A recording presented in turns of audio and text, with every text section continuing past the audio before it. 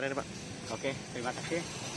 Jadi pos penyekatan dan pos PAM di Kabupaten Pali ini tersedia satu pos penyekatan di Desa Talangbulan dan satu pos PAM di Simpang 5. Untuk pos penyekatan ini kita sudah menyiapkan 1.250 rapid antigen. Dari 1.250 itu Pak, mekanismenya seperti apa Pak? Apa langsung dikasih atau apa? Jadi apabila ini, yang ada positif? Untuk mekanisme melakukan rapid test kepada seseorang di penyekatan ini, yaitu yang pertama apabila ada seseorang mudik dan dia pertama kita melihat kartu pengenalnya dulu, apakah dia memang pemudik dari daerah di luar Kabupaten Pali. Kalau memang dia ternyata dari identitasnya memang beralamat Pali, artinya memang dia mungkin mau mudik dan itu kita tanyakan dulu surat keterangan rapid.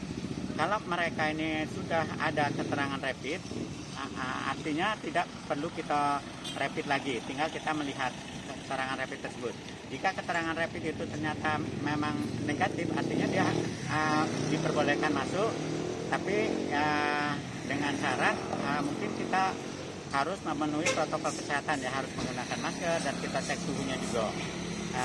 Jika dia tidak mempunyai surat keterangan rapid dari daerah asal mereka, nanti mereka ini bisa lakukan rapid test di titik penyekatan yang sudah kita siapkan. Jika hasilnya nanti hasil rapid test yang kita lakukan seandainya positif, mereka akan kita suruh putar balik. Tapi kalau hasilnya negatif, bisa melanjutkan perjalanannya ke memasuki Kabupaten Pali. Alasan kita putar balik, satu yang jelas Kabupaten Pali sekarang ini belum ada untuk isolasi khusus, ruang isolasi mandiri khusus.